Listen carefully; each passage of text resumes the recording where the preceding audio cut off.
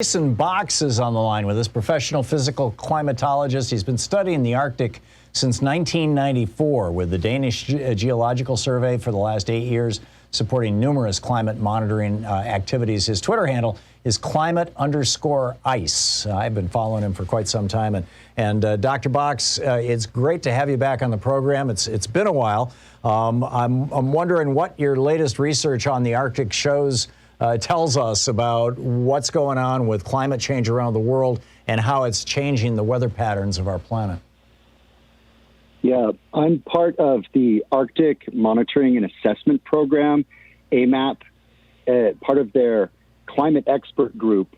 And we are responsible for reviewing all of the observational records of climate of the past, what is measured. That's what we do. We focus on observations, measurements, not so much the models. And so the past 50 years, we're finding with an increasingly precise story of just how the Arctic climate is unraveling. It is the leading edge of global climate change because the Arctic is warming 3 times as fast as the rest of the world.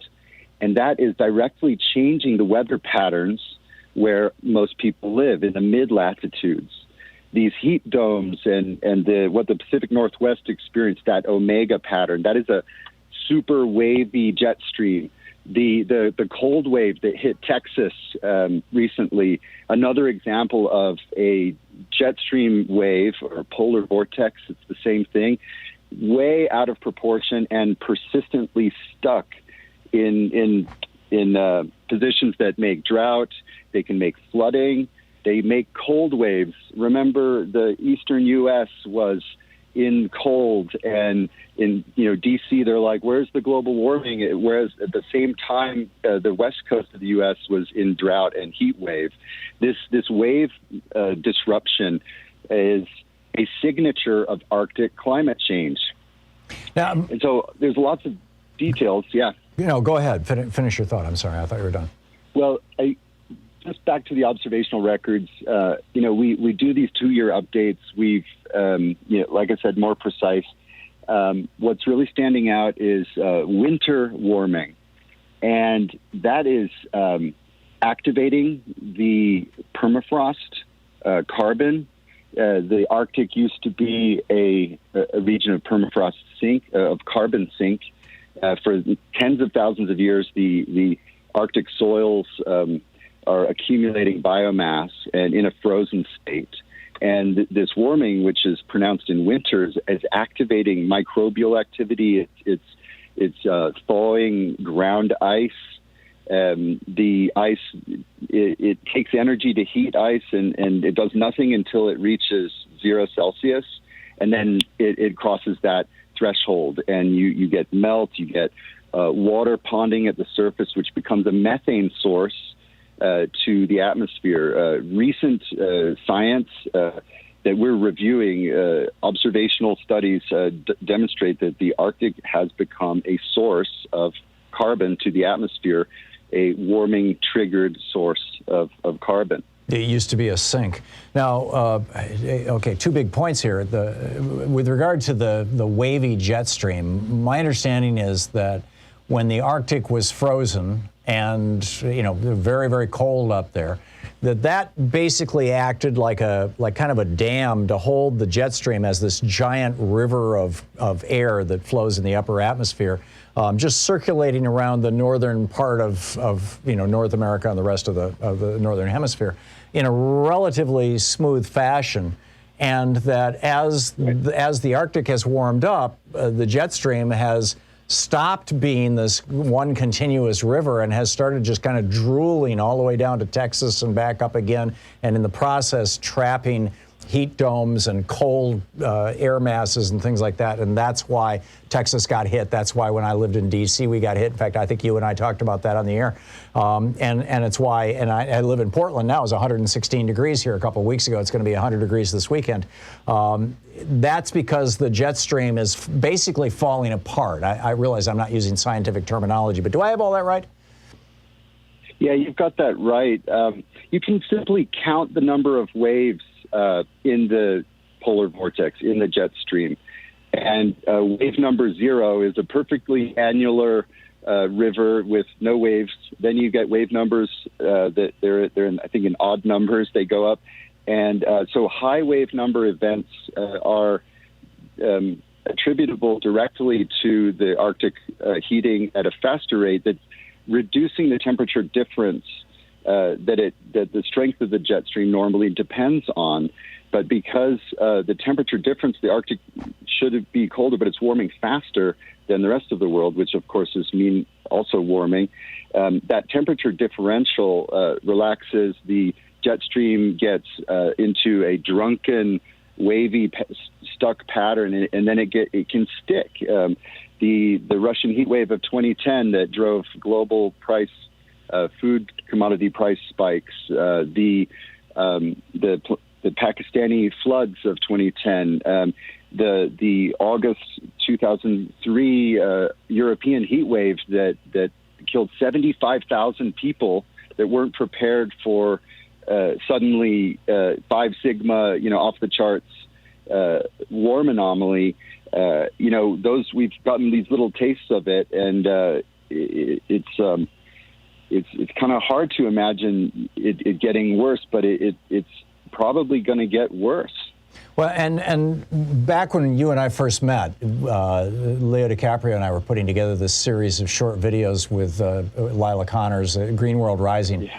And they live over on YouTube. People can just easily search for them. And one of the things that we were concerned about was the idea that the Arctic could move from being a carbon sink to being a carbon source, and that if that source got into a runaway mode, that it could produce such extreme weather that it could even conceivably lead to a mass extinction event. Many people would argue that we are living in a mass extinction event, but I mean one far more serious. Sometimes this is referred to as the clathrate gun, the deep frozen methane crystals in the sea. Now, there's been we got a lot of pushback for that, and people like Michael Mann, who's a regular on this program, climate scientist, saying, we're not anywhere close to that kind of disaster scenario. I mean, wiping out major chunks of life on Earth disaster scenario. But how far away do you think we are? Or is that something that is, you're in the Arctic, you're looking at this stuff. What do you think? So this catastrophe is in slow motion, and we are like the frogs in a heated pot. We're just not barely noticing this, and the amount of carbon that's in the permafrost exceeds the amount of biomass carbon in all of the forests of the world by a factor of 3. Wow. There's 1,000 gigatons of carbon in the Arctic permafrost. That is 2.5 times the volume of carbon that's in our atmosphere. There is now growing evidence that warming is shifting the Arctic from, again, sink into source. There are abrupt processes that are wildfire, thermokarst, lake, collapse of permafrost. These are so the fire and the collapse mechanisms are not in the climate models, and they're being programmed in there now. But we are looking at a future of 15 Celsius warming in the Arctic by end of century, and 25 Celsius in winter. That and those projections don't have these abrupt processes in them. So the path that we're on is most definitely a catastrophic path. How soon does the world become unlivable? I think we're approaching that right when these wake-up calls, like the Pacific Northwest of the U.S. that was 120 Fahrenheit, shattering records. Canada, that's basically unlivable. Yes. at least for nature, the forests are just at the point where they light up, and so this mass extinction event that we've entered, there's no real prospects, at least in the short term, that we're going to get out of it. We have to prepare for extreme disruptions to our lives, but I don't think anyone knows, just how soon the House of, or I don't know, House of Cards, is it a House of Cards, the civilization, how soon it falls apart. I think we are resilient, right?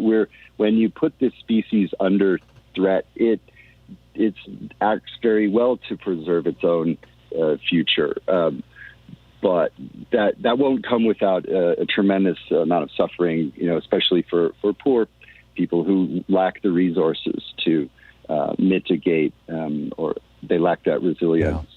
So you're still hopeful that we can, if there is a concerted effort around the world to stop releasing carbon into the atmosphere, that we might be able to, at the very least, slow down this freight train. We have about 30 seconds, by the way. Well, I like the analogy of applying brakes. So we're slowing down, and so the crash becomes less hard. Mm-hmm. We have to get busy removing carbon from the atmosphere. And do that at scale efficiently. And so halting carbon emissions and removing 1,000 gigatons or 500 gigatons of carbon from the atmosphere is the project of the century. And, I don't see that happening anytime soon. But we need to get about it, yeah. Dr. Jason Box, climate_ice on Twitter is probably the easiest way to follow him.